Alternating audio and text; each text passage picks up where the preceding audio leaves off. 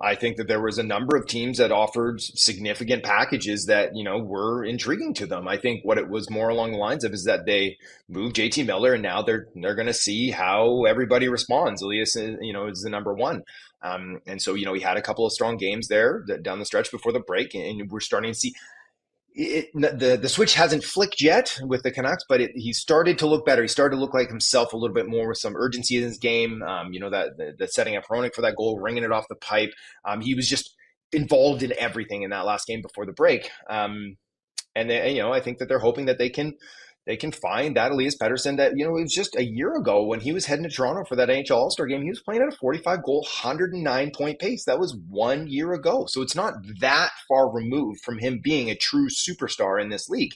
And so Vancouver, he's 26 years old. I think they think like everybody else is that he can get back to that level. And so they're no longer in a rush. They were at a crossroads there with Miller and him, is that something had to go.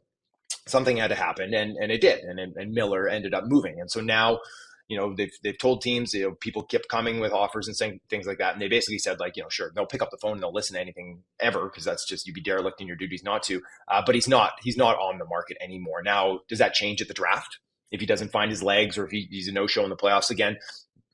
Possibly, probably, right? Is that they'd start listening once again. But as it stands right now, I'm told from a few different sources that, yeah, they're not actively shopping him, and they're not really interested in moving him at this time.